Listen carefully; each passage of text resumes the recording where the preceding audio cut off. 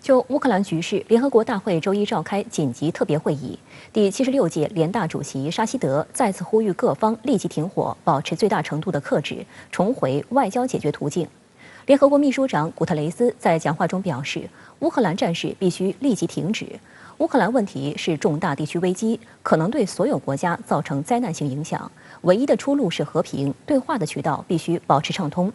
不过，俄乌双方在联合国仍针锋相对。乌克兰总统泽连斯基甚至还呼吁古特雷斯取消俄罗斯的投票权。中国常驻联合国代表张军表示，乌克兰局势发生急剧变化，中方对此高度关注。局势发展到这一步，是中方不愿看到的，也不符合任何一方利益。联合国和国际社会有关各方采取的任何行动，都要以地区和平稳定为重，以各方普遍安全为重，应当有利于紧张局势降温，有利于推动外交解决。中方不赞成任何可能激化矛盾的做法。不过，就在各方试图缓和乌克兰局势之际，俄乌代表仍在互相猛烈攻击。乌克兰常驻联合国代表基斯利查称，俄罗斯总统普京宣布特别戒备状态，实际上是已经处于疯狂状态。联大因大声呼吁俄罗斯停止攻击乌克兰，要求俄罗斯立即全面无条件从乌克兰领土上撤军。俄罗斯常驻联合国代表聂边贾在发言中表示，俄罗斯行动受到了扭曲。聂边贾说，当前冲突的根源是乌克兰的行径违反了明斯克协议，俄罗斯不得不采取特别行动。该行动不是为了占领乌克兰，而是解放多年来被压迫的民众。聂边贾称，西方国家不断挑衅，不断重复谎言，信口雌黄，并为乌克兰提供弹药武器。他警告北约国家三思而后行。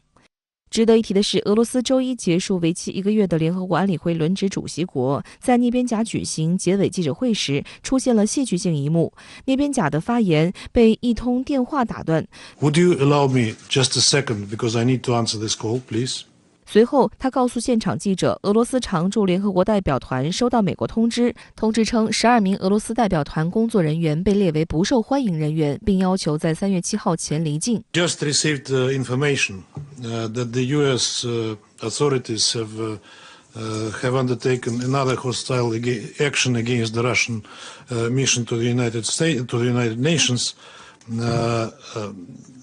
grossly violating their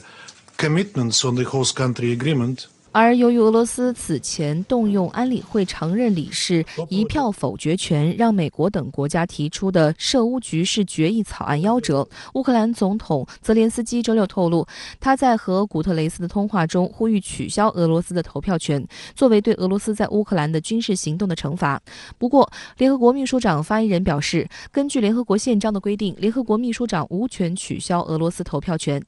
此外，由于俄罗斯发起的军事行动，乌克兰还要求土耳其关闭博斯普鲁斯海峡和达达尼尔海峡，禁止俄军舰通行。因为根据1936年的蒙特勒公约，土耳其拥有监管军舰过境2个海峡的权利，可以在战时或是自身安全受到威胁时关闭海峡。如果冲突国的舰船有返回基地的需求，则必须允许其通过。对此，土方对乌克兰的回应是，关还是不关，要看当前局势是否被研判为爆发了战争。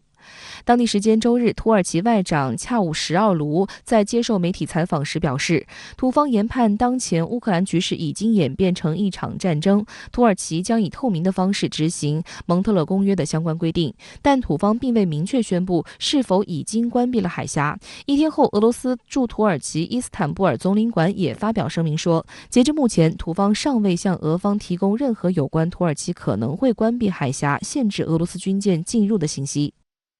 博斯普鲁斯海峡全长约30公里，是连接黑海和地中海的唯一通道，具有极其重要的战略地位。过去几年，俄海军登陆舰频繁穿梭于黑海和地中海，曾向叙利亚运输了坦克、装甲车和导弹发射车等大量武器装备，持续支援俄罗斯在叙利亚的军事行动。此前，在美国渲染俄罗斯将于2月16号对乌开战时，俄海军包括潜艇在内的多艘舰艇就曾通过博斯普鲁斯海峡峡进入黑海，展开一系列大规模演习。其中，被北约称为“黑洞”的俄罗斯第3代潜艇顿河畔罗斯托夫号，2月13号从马尔马拉海方向进入博斯普鲁斯海峡，朝黑海方向驶去。画面显示，穿行时，顿河畔罗斯托夫号潜艇已浮出水面，士兵清晰可见，而近在咫尺的地方有多艘游船、小艇不断穿过。此后，土耳其方面因一艘货船在通过博斯普鲁斯海峡时发生故障为由，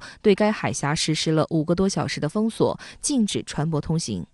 另一方面，由美国牵头对俄罗斯发起的金融制裁仍在继续。继宣布将把俄罗斯一些银行从 SWIFT 中移除，并对俄罗斯中央银行实施制裁后，美国周一宣布将采取措施禁止俄央行进行任何美元交易，并全面阻止俄直接投资基金。美国有线电视新闻网当天援引白宫高级官员的话称，此举将使俄罗斯无法利用外汇储备来缓冲卢布的暴跌，无法再使用美国资金。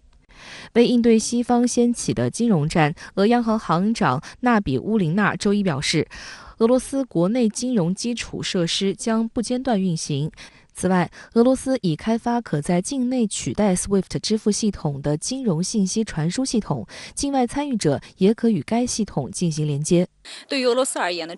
它的这个经济本来就是软肋，因此呢，这次呢也不会被美欧的这一波经济制裁吓倒，也已经做好了它的这个准备。包括首先第一个是建立俄罗斯自己的一个金融信息系统，第二点就是减少这个美元的储备，来增加其他外汇的比重啊。那么第3点就是增加这个本币的结算在外贸中的这个比重啊。值得注意的是，俄乌战局竟然连美国前总统特朗普也要掺和一脚，借机为自己做宣传。上周六，特朗普参加了1年1度的保守派政治行动会议时，就吹嘘如果是自己担任总统，就不会发生这场军事冲突。If I was the president, very simple, it wouldn't have happened. Under Bush, Russia invaded Georgia. Under Obama, Russia took Crimea. Under Biden, Russia invaded Ukraine. I stand as the only president of the 21st century on whose watch Russia did not invade another country.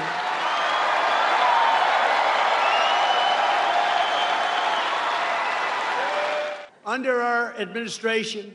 Russia respected America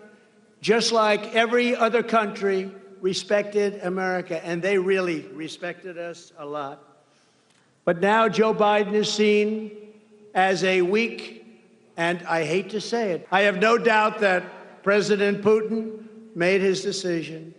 to ruthlessly attack Ukraine only after watching the pathetic withdrawal from Afghanistan. Yesterday, reporters asked me if I thought President Putin was smart.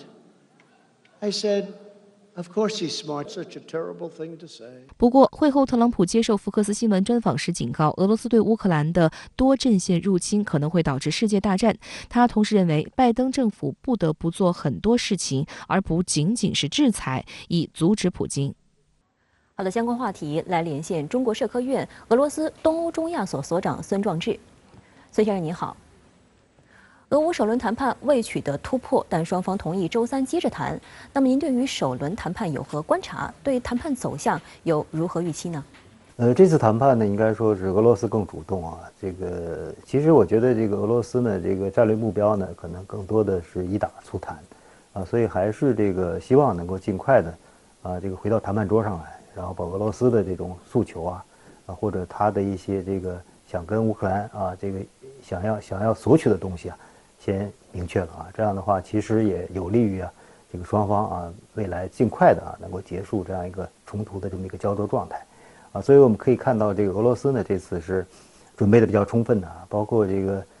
他的代表团他的组成也非常讲究另外就是早的就把这个地点确定了另外他代表团去然后一直在等着这个乌方代表团所以你看到这个代表团当时这个会谈的情景也很有意思因为这个乌方迟到了1个小时而且坐着直升机去的呢当时我们看到俄罗斯的这个代表团呢都是这个西装领带正装非常正式乌克兰呢就是非常随便穿什么的都有所以我觉得这个可能也是现在反映了现在整个的这个冲突啊，现在一个基本的情况啊，因为态势还不太明朗，而且这个通过这样一个一周的这个冲突啊，乌克兰方面呢显然是挺住了，而且是这个多了一些信心啊。另外这个有了这个